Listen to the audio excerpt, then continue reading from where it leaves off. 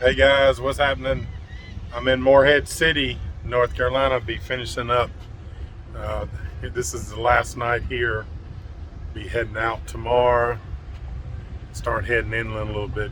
Try to get away from that storm a little bit. Morehead City's been a really cool place. Just showing you the background. Big ships more up over there.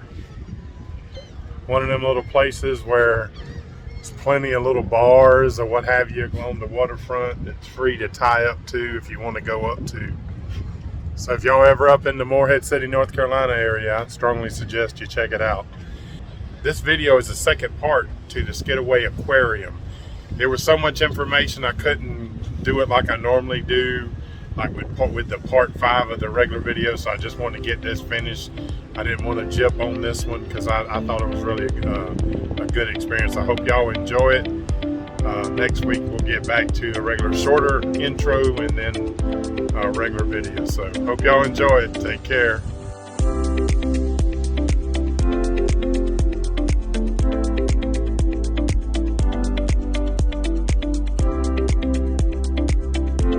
Well, I'll tell you, a little different in Florida. Yeah, about 8 feet different. About 8 feet different. Yep.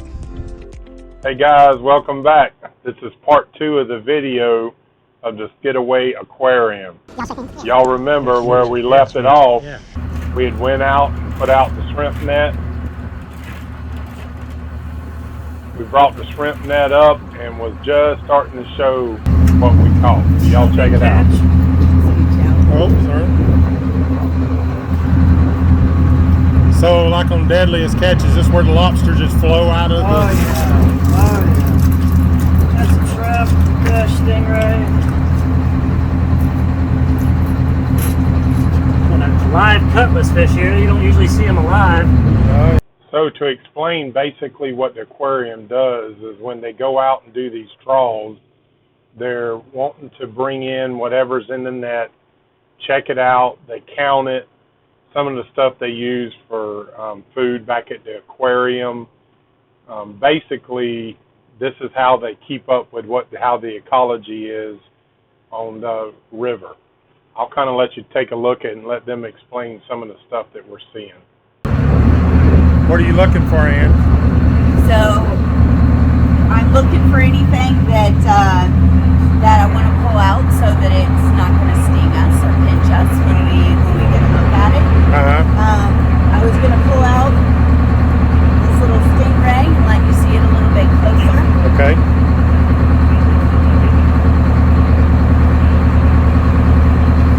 So this is a really small little Atlantic stingray. You can see these spicules here on top where it's going to pull water in and then pump it through the gills, which are underneath. You can sort of see them here. You can also see the barb on this particular animal. Yep. Right at the base of the tail. That's the business end of that tail, right? And then this little animal is a female. If it were a male, it would have an extra sort of pair of what we call claspers. So it would be just an extra pair of organs here on the bottom, which are the male organs. Those are the claspers. Very cool. Would you like to touch it? Yep. Usually pretty slick, very slippery. Feels like, I don't know, not quite rubber, but what do y'all call it? What do you think it feels like? What do I think it feels like? I don't know. He's kind of slimy. He's got a good slime coat. Back to stingray. Alrighty. So what we have in here, we'll just take a look at it while things are scooching around. You can see that we've got some nice little squid here, right? Moving backwards. They have a siphon, which allows them to scoot backwards, so they have this organ just like their cousins, the bivalves, or even snails have this one-way valve that allows them to move very fast. So it gives them sort of jet propulsion through the water. They also, you can see them changing color. They have these chromatophores the skin, and you can see as they contract those chromatophores and relax them that they can concentrate their pigment in one area so they can change color in the water. When we first picked them up, this one was a lot darker. It's becoming a lot lighter as I'm handling it. They also have a really large eye, right? One of the largest in the invertebrate world. It has a very good visual acuity. And of course they have these long tentacles. So we talk about the shorter pieces as arms, and then they have a couple of longer, and this one, I'm not seeing them very well, but they have a couple of longer pieces that are called tentacles that have claspers on them, and that's what they use to grab their prey, right? And then on the inside of all of these tentacles, if you look at the base, they have a beak. Yep. And that beak can actually rip apart its prey, and it's going to want to, you can see him trying to bite me, right? Yeah. You see him? Yeah. So that beak, they need to have bite-sized pieces because their esophagus actually passes right through their brain. So they're quite a formidable hunter. Ooh, look at that shrimp. And there he inks. Did you see him? Look at the size of that one. Yeah. So Shrimp. this little guy is a white shrimp. This is one of 2 species that are commercially shrimped here in Georgia and in most areas. And you can see he's got a really strong tail. That's how he's going to move through the water, right? He's got his walking legs, and he's got these swimmerettes, right? So he's a very good swimmer, but he can also walk along the bottom. He's got a pair of eyes on stalks, like his cousin the crab. This is a crustacean.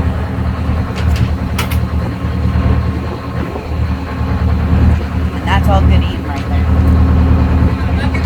I had a little bit of that last night. Bucket to sit on? I'm good. I'm probably move around and video y'all. Yeah, We should probably throw it back pretty quickly. So colorless fish are pretty fragile. They don't fare well when we bring them up in the trawls. Yeah, I've noticed that a few times that they don't last very long at all. Yeah, but look, they've got one long dorsal fin that runs the length of their body. They don't really have a caudal fin to speak of. So, you know, they're moving through the water, but I've also read that they will just stay position, like motionless or close to motionless in the water in order to catch smaller fish. Do they swim like that, you reckon? Yep, I do believe so. You want to get a close-up look at its mouth? Yeah.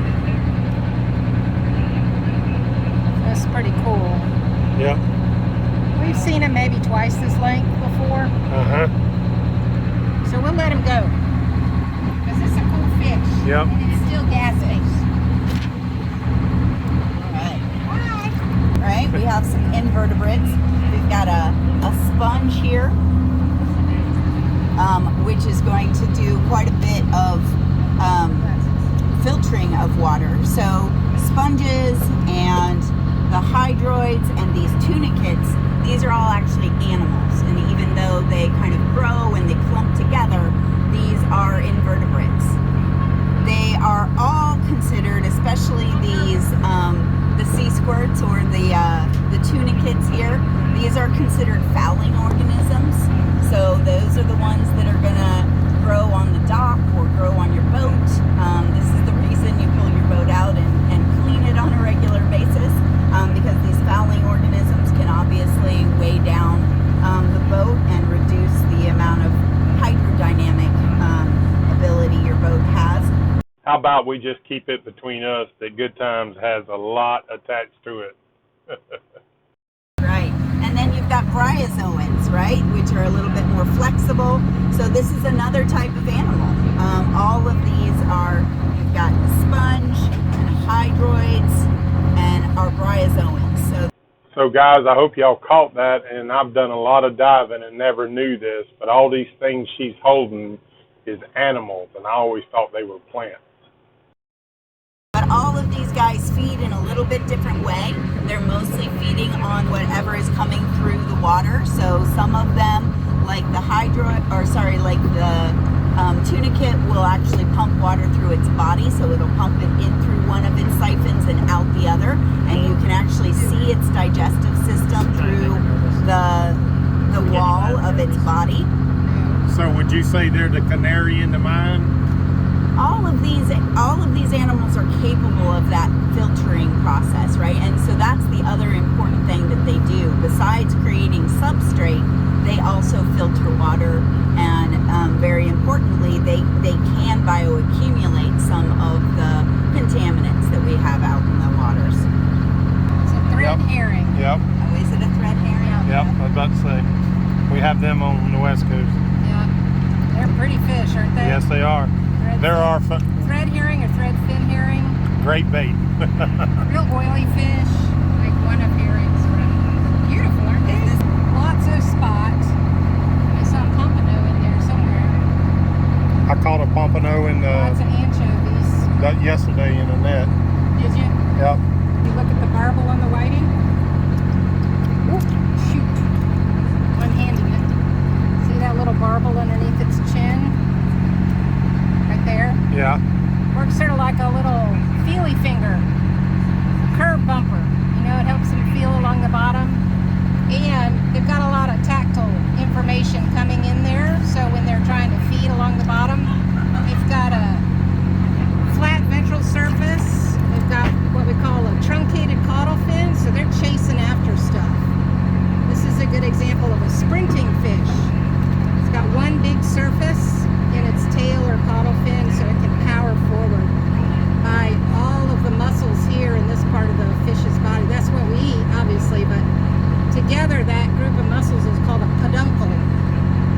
That came up in it, some kind of plastic. No, that's Spartina grass. What is it? That's this marsh grass. It's Oh, the is stem it? of a marsh grass. And y'all were talking earlier about those weird amphipods that were all over you when you were cleaning your boat. Uh-huh.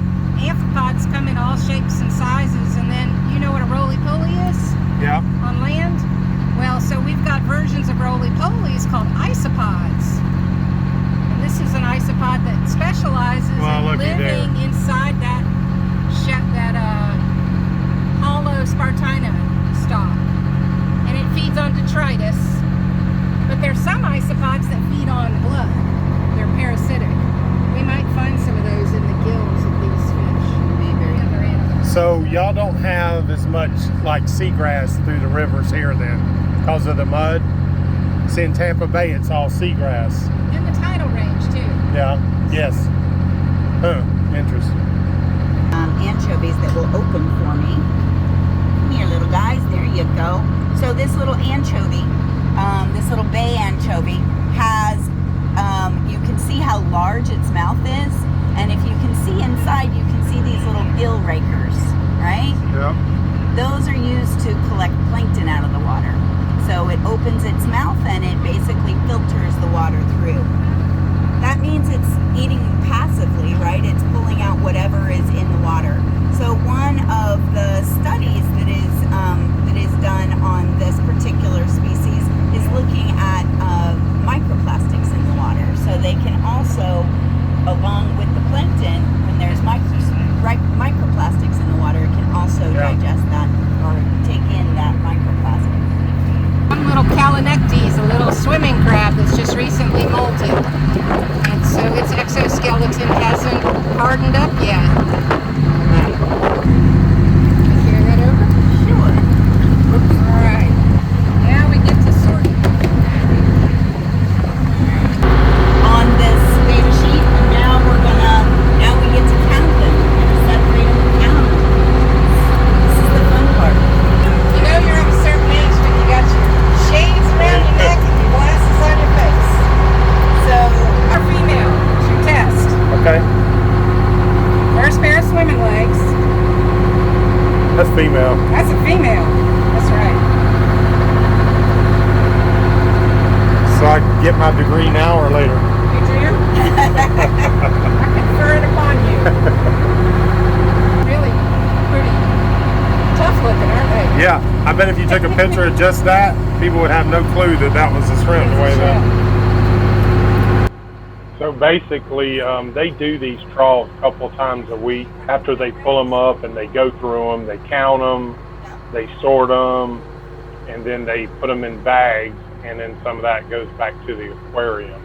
for food. Once we got all that done, we headed back in. So once we completed the trawl and we went back to the dock, they took me inside and gave me a tour. So check this out. How much is it to come in here? What is the cost or whatever? Do you know? I believe it is. It's been so long since we've had regular visitation, but it's about $5 or $7, depending on if you're children or an adult, or seniors or with a military ID. So only like $5 or $7. And we're open 6 days a week. So we're open Monday through Saturday, starting June 1st. We're going back to our totally regular hours. Awesome. Monday through Saturday, and so we hope to welcome back a lot of guests. Very good, and not in groups, probably just like normal. You just can walk up. Yep, just normal visitation. So yeah, we're hoping that with the summertime and everybody coming to visit, that we can get a lot of people coming back in. Very good. We're all ready for that. Oh, this is cool. Little pool here. Can get to. Yeah, these are attached tanks, so a fan, or kids and adults alike are fans of the touch tanks. It's not just for kids. That's right. A lot of adults love the touch tanks too. And that's right. It's a time to get to interact with some things, face to face, and put your hands on some stuff and really get a good look at them.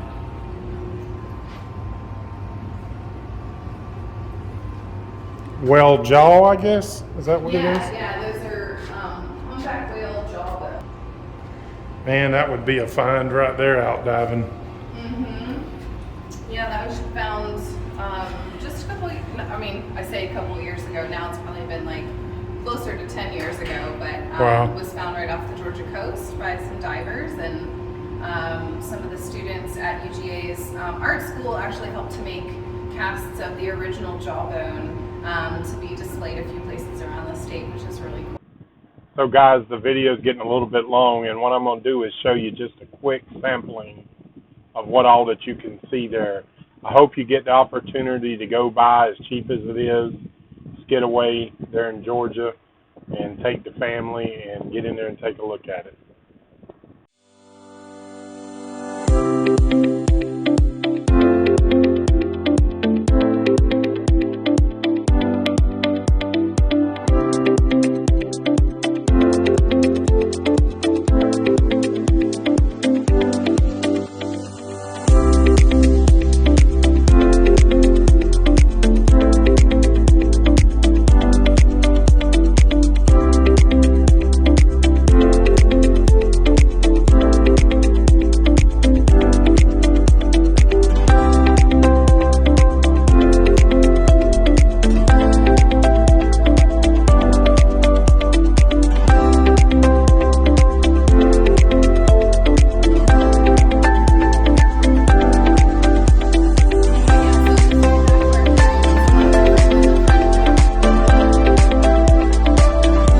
Guys, I'll be putting out a behind-the-scenes special for the Mug Club members.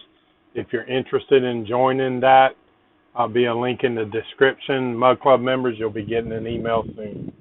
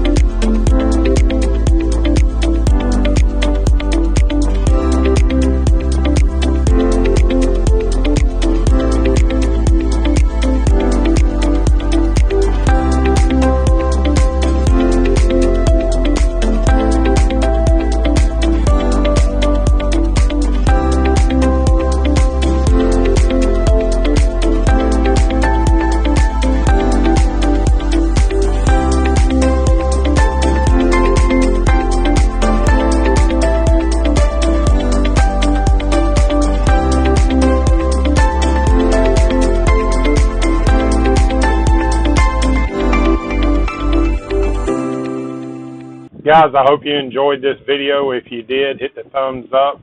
If you're not a subscriber, go ahead and do that now. It's a good time. And hit that bell notification, and then you'll know when new videos come out. I'll see y'all soon. So let me ask you this question. Why do you do what you do? What gets you up in the morning to come to work? Well, I mean, really, since since I was in about 3rd grade, I started saying I wanted to be a marine biologist, and really throughout my entire life, it's the only thing that's, you know, really inspired me. You know, the only thing that I've really wanted to do with my daily life and work. And so, yeah, it's one of those things where it's like, what we do working for a public aquarium is such a great mix of public education, like I said, you know, really inspiring people, bringing them face to face with animals that they maybe wouldn't have a chance to see otherwise, and really fostering that appreciation that hopefully will make them move forward either with a different way of thinking or really have an impact on those people that are going to help them be better stewards of the marine environment.